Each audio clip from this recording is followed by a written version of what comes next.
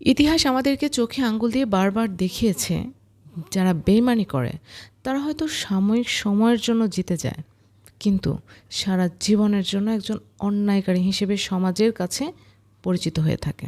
আমি সম্পাক্তার আছি নতুন এই ভিডিওটি, আশা করি পুরো ভিডিও জুড়ে আপনি আমার সাথেই থাকবেন। মীর জাফর সিংহাসনের স্বপ্ন দেখেছিল, কিন্তু কি পেয়েছিল? বিশ্বাসঘাতকতার তকমা। বিভীষণ রাজ্য পেয়েছিল ঠিকই, কিন্তু আজও মানুষের মুখে তার নাম উচ্চারিত হয় একজন বিশ্বাসঘাতক হিসেবেই। তবুও মানুষ বেইমানি করে।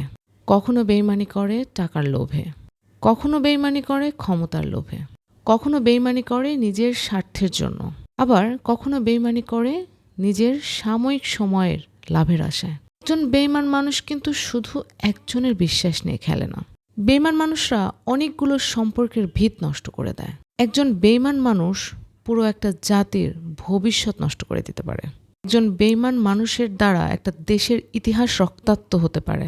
বিশ্বাসঘাতকতার বেইমানি করে হয়তো সাময়িক লাভ অর্জন করা যায় ঠিকই, কিন্তু ইতিহাসের আদালতে বেইমানের জন্য কোনো সম্মান রাখা হয় না। মানুষ একটা সময় ঠিকই ভুলে যায় তুমি কত টাকার সম্পদ তৈরি করেছিলে। মানুষ একসময় ঠিকই ভুলে যায় তোমার পৃথিবীতে কতটা ক্ষমতা ছিল, কিন্তু মানুষ এটা কখনোই ভোলে না তুমি কখন কার সাথে কিভাবে বিশ্বাসঘাতকতা করেছিলে।